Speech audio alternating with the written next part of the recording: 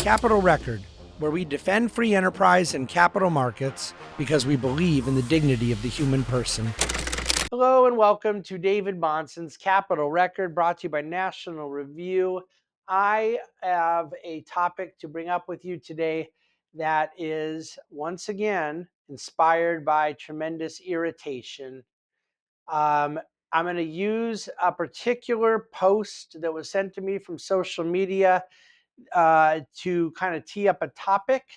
I would like to do a more exhaustive treatment on the topic in the future, but I'm going to give it at least a little cursory attention here and then use it to go into a broader point.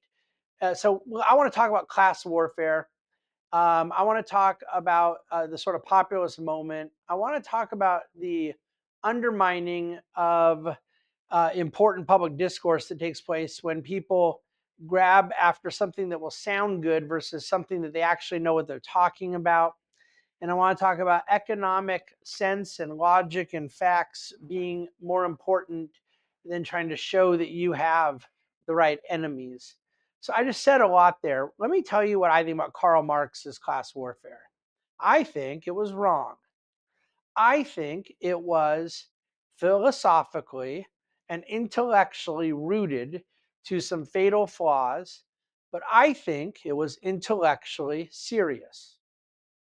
I think it was a disaster. I think much damage is done out of it, and I whole cloth reject class warfare and whole cloth reject a worldview that seeks to divide humanity into categories of oppressed and oppressor.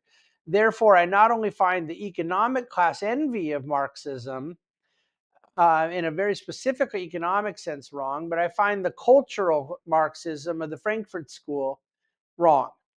And I do not believe the world exists between the paradigm of oppressed and oppressor. And I do not believe the proletariat is planning the overthrow of the entrepreneur.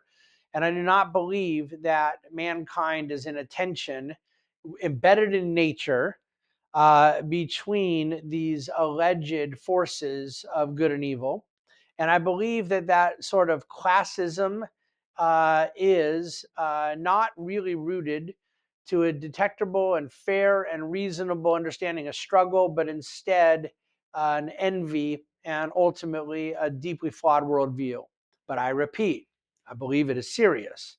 I believe that Marx and the various influences that impacted him were mostly real and yet flawed.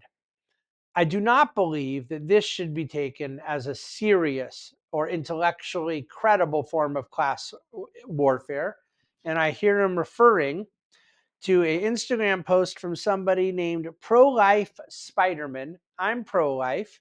There's a few things in this person's bio and whatnot that I would think sound like we might have a couple things in common.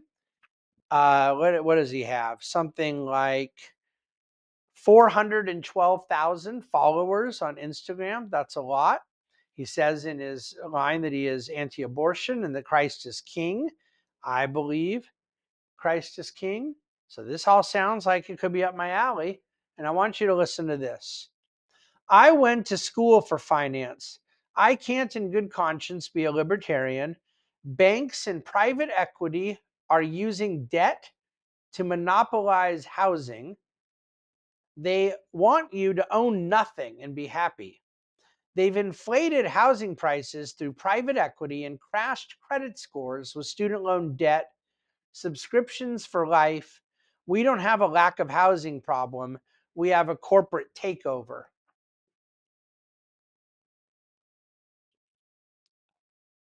Almost every word of this is utter nonsense. Almost every word of it is just factually wrong and most certainly conceptually wrong and obviously rooted to this general gist of class warfare. But unlike Marx, where he was wrong on everything but serious, I can't take this seriously in any way, shape, or form. Now, first of all, he's responding to a post where another social media person puts a picture up of JP Morgan, and it says build to rent homes.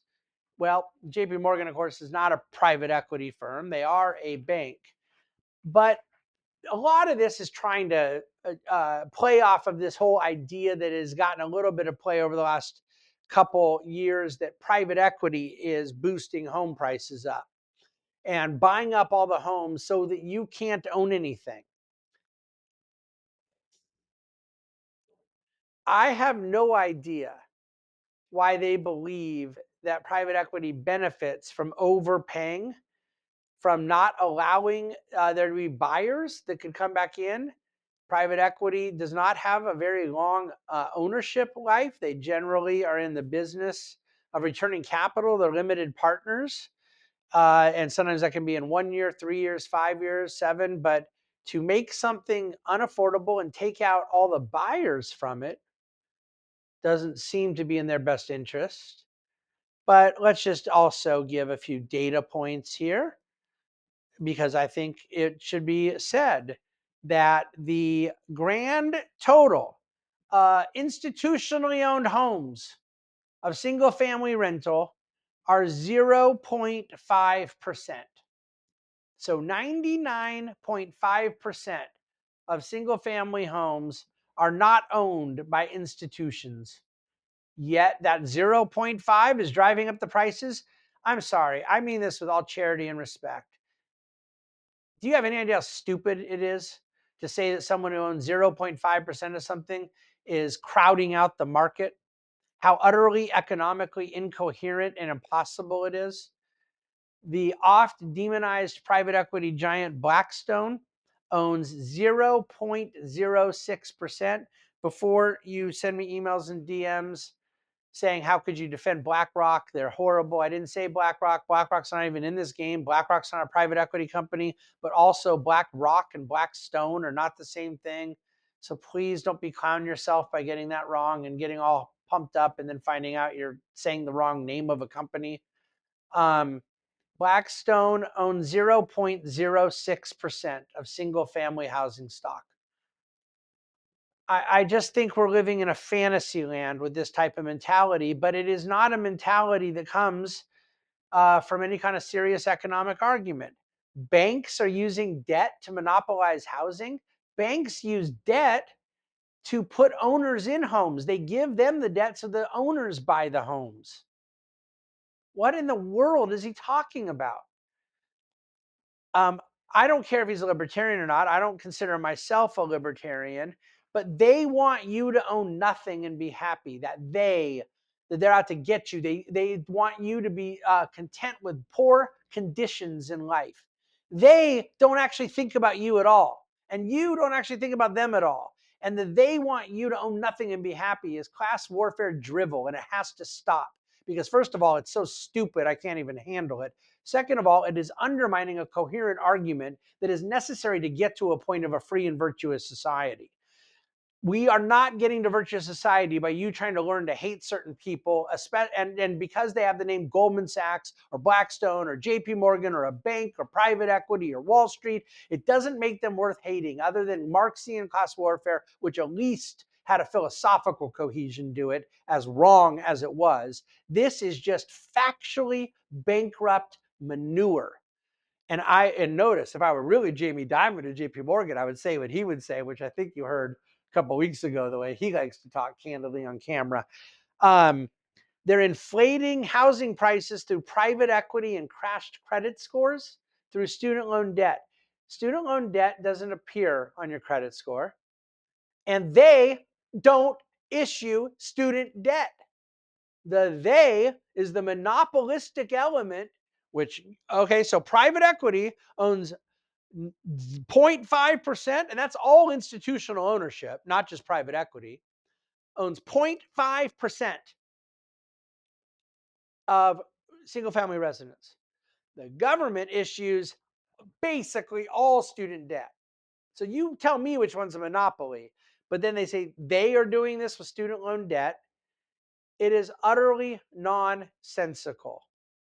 And he says, we don't have a lack of housing problem. And here's one of my biggest pet peeves. When these people, in their totally wrong-headed pursuits of demonization of something they don't know anything about, actually want to give a pass to the real problem. Yes, you do have a lack of housing supply. Yes, there is a mismatch of inventory. Yes, there is a regulatory burden that is standing in the way of getting new housing stock built, which is imbalancing supply and demand and pushing prices higher.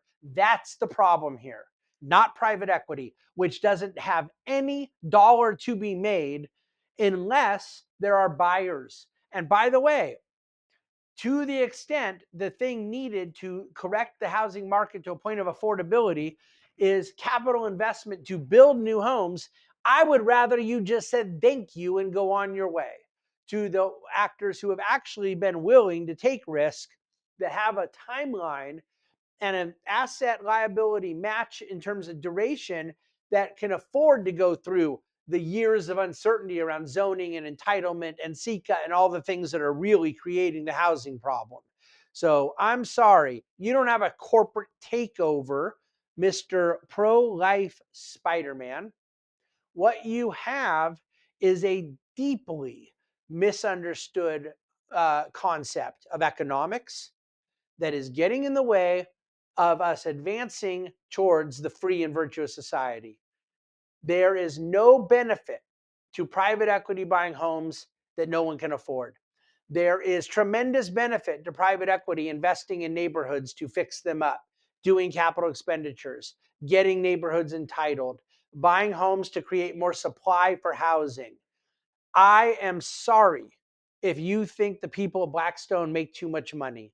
I am sorry if you think that banks are evil because you read an article in Rolling Stone once.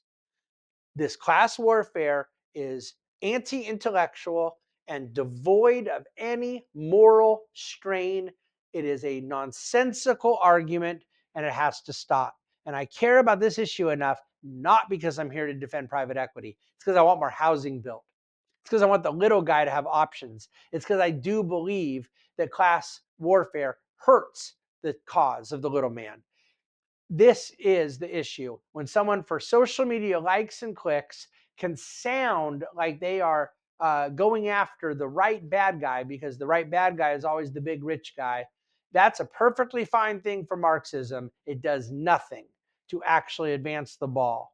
And in this case, it beclowns someone with their lack of understanding of real life issues. I don't like to talk this way. I'm not saying anything personally about this person. I obviously don't know his real name because I don't think his parents named him Pro-Life Spider-Man. It's not personal. This is a battle of ideas. And what we need is more private equity building more real estate. What you need is less regulatory apparatus getting in the way of more homes being built. And therefore, I will say that tweets like this, texts like this, Instagram posts like this, all this kind of DM, stuff that circulates out there and ends up in my box, it's hurting the cause of a free and virtuous society. Here at Capitol Record, we want to advance the cause of a free and virtuous society. That means having a repudiation of the intellectual arguments of classic Marxian class warfare, but also repudiating the anti-intellectual arguments of this silly drivel. Thank you for listening to David Bonson's Capitol Record.